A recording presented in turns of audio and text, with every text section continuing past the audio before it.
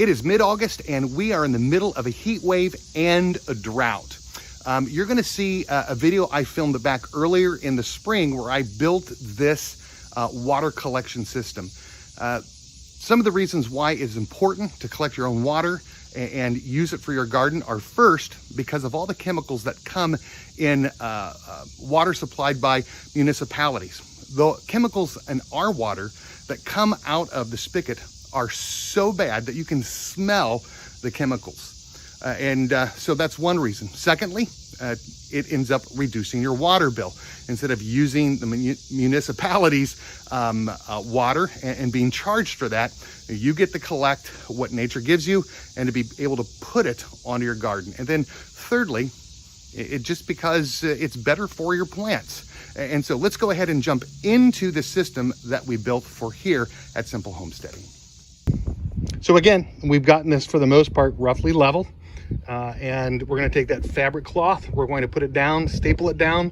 We've got some nicer edging we're going to put around here. We're going to lay down our pea gravel and get a really good level bed there. And then we're going to get bricks in the four corners that are going to support our platform on which the barrels are going to rest. So again, instead of showing you all of those details, you came here to figure out how to do your own water catchment system. We'll do all the grunt work, then come back and show you where we're at. If we think that you really need to be shown how to put down landscape fabric and staples, or to some step that maybe you've never done before, we'll do that. But again, this is just regular stuff. You should be able to know how to unroll that out, put down pea gravel, and get that all done for yourself. So Lynn and I will go ahead and get this ready.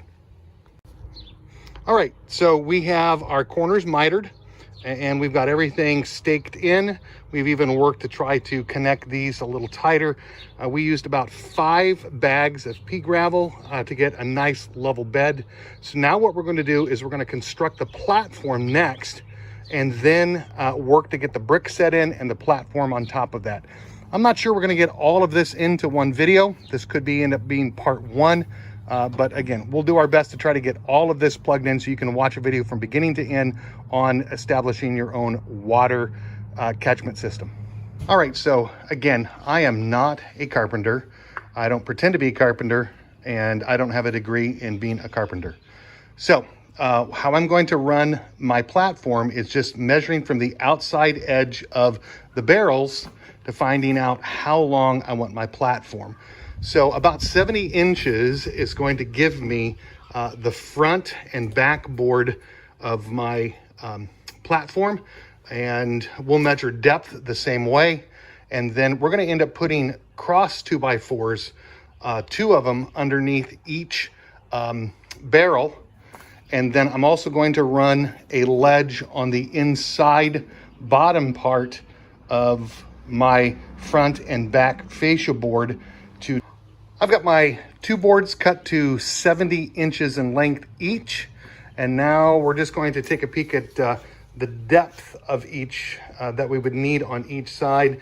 I'm thinking, let's see, maybe 2 feet.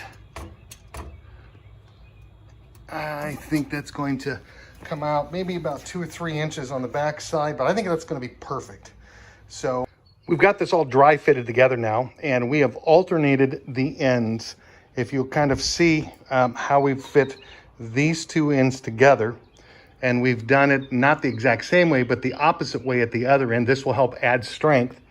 We're now going to take 3-inch screws, and we're going to screw in from the ends and get those fastened. Again, because of the weight, I would maybe usually just do 2 screws on each end, but what I'm going to end up doing is using 3 screws on each end. So let's go ahead and get that put together. Our next step now is to put cross members between the 2 front and back boards. Again, all of this is very individualized. You're going to build your platform according to your needs, your layout, your barrels. The bottom line is you just need enough support to hold the weight. The space between the front and back board for me is 22.5 inches. I'm going to use 2x4s, and let me flip this around and show you what we're going to do. We're going to go ahead and put the boards this way. Now I was going to put 2 underneath each board, but I really think I'm going to get aggressive and put several cross pieces to hold this all together. And then what we're gonna do is we're gonna flip this upside down, and then we're gonna put a shelf board underneath to support those 2x4s. The reason why I'm not going with other cross member 2x6s is for the fact that they would just run from top to bottom and there would be no support underneath them. I really think adding that shelf underneath the 2x4s is going to help give some extra support that runs perpendicular to the board rather than horizontal with the board. So I'll get those cut and I'll get those connected, and I'll show you what this looks like when it's all done.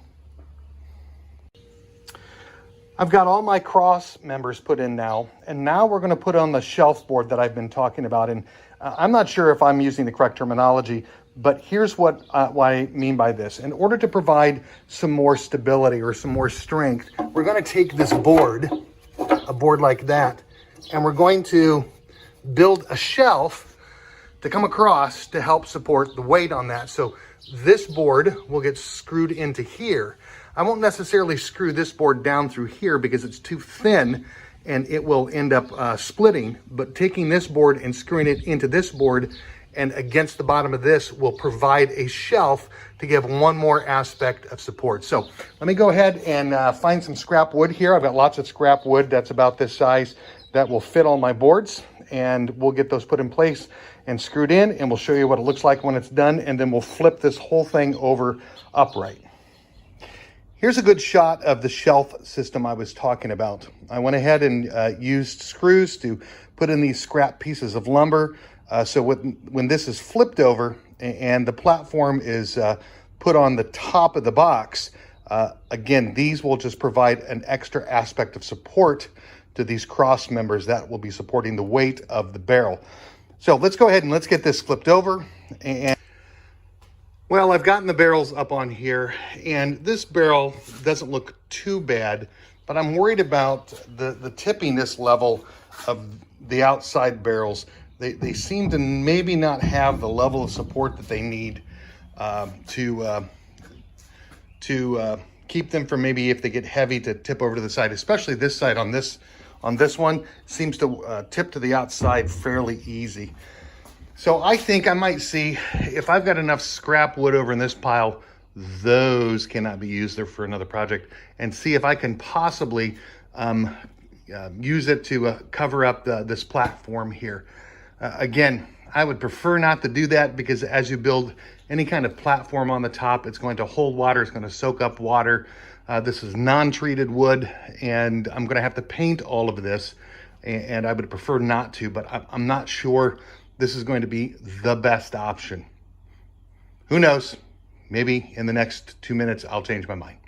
So when we come back in, you'll see what I've decided.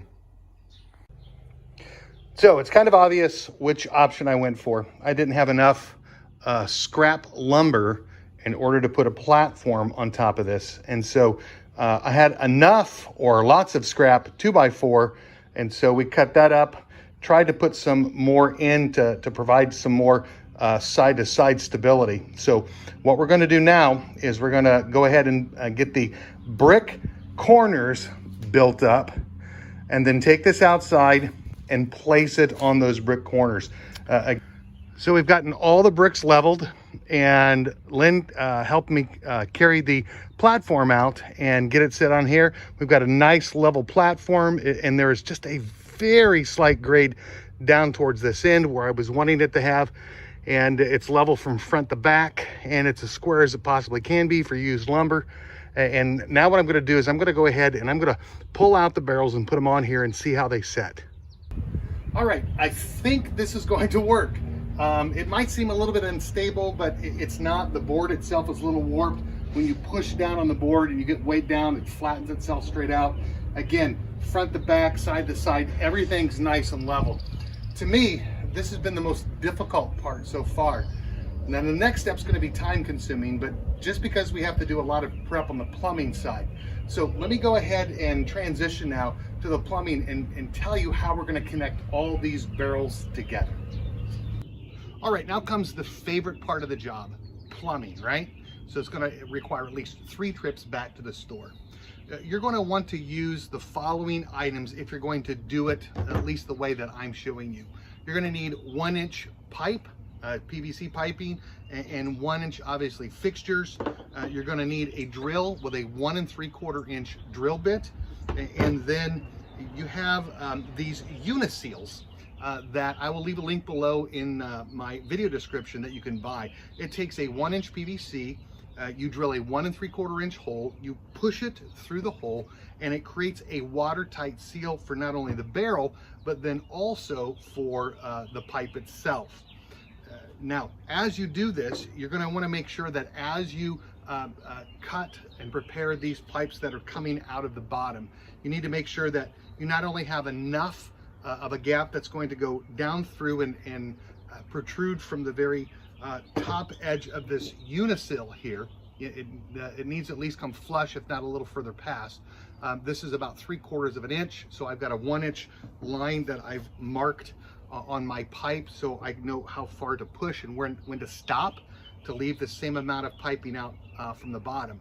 Now, because my barrels are sitting on a stand here and I have 2x4s, this pipe needs to come far enough down that I can then end up putting my fixture on the bottom, and it can run and miss all of my 2x4s that are supporting my barrels. So 1 3/4 inch drill bit, drill your hole, take the Uniseal, pop the Uniseal in, make sure that you've cut your PVC pipe to the length that you need it, so it not only goes in far enough into the barrel, but protrudes far enough that it comes past any kind of cross bracing support that you have on your stand, and you can run pipe beneath it.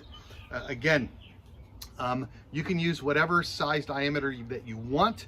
I'm using 1 inch. That's going to go to a 1 inch pipe that comes out at the end, and it's going to take a hose spigot. You're going to see that later on here. This is an elbow because this is the barrel on the end, so it'll go on the end here.